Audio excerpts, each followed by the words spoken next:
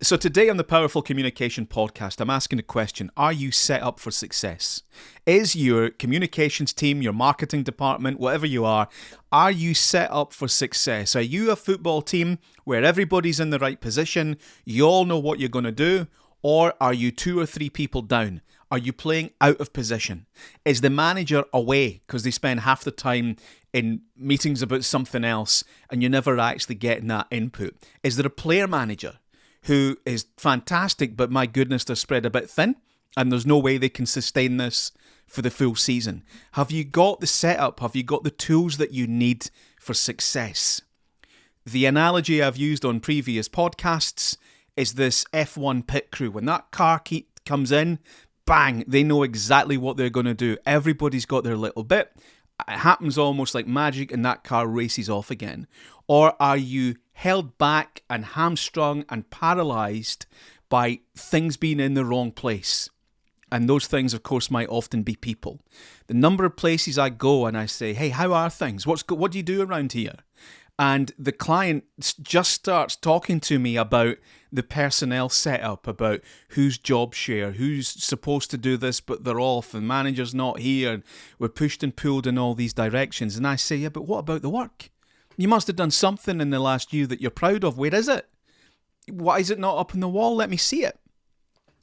And it seems to me, not everywhere, but a lot of places I go, a lot of businesses that I speak to, the work is secondary. The product is secondary to the politics. Well, no wonder you're not getting the results that you need. And I call it this churn and burn phenomenon, which I see all of the time. Good people come in. The business doesn't have time to give them proper training, to set them up. They're expected to hit the ground flying from day one. They don't learn the systems and processes. They know half of the software. And they start banging out all this content. They don't get the support they need from the boss because the manager is spending a lot of time in meetings somewhere else and nobody's quite sure what all that's about. They churn out all this stuff.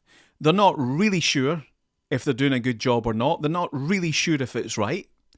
And eventually it grinds them down.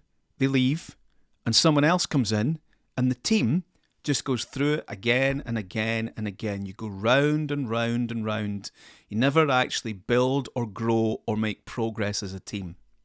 It takes somebody to come in and say, hang on, stop. Just stop. What are we doing? Where's the good work? Can we put in place a benchmark? Can we all agree what our best work looks like? And can we get that framed, laminated, whatever you want to do with it, shared around the team, put up on the wall? We need to celebrate our success. We need to invest in our team. We need to start saying no to people. We need to make sure that managers are actually managing and contributing and nurturing the team, and that they're not bricking themselves because they miss a meeting that probably wasn't that important in the first place. All very easy for me to say. Somebody needs to do it because churn and burn isn't working.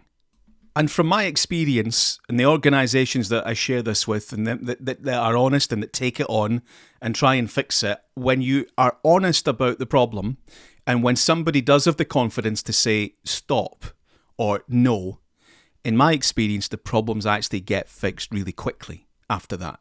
The difficult bit is being honest with yourself and honest with each other about the mess that you're in. And I find that when you do that, the solutions begin to present themselves.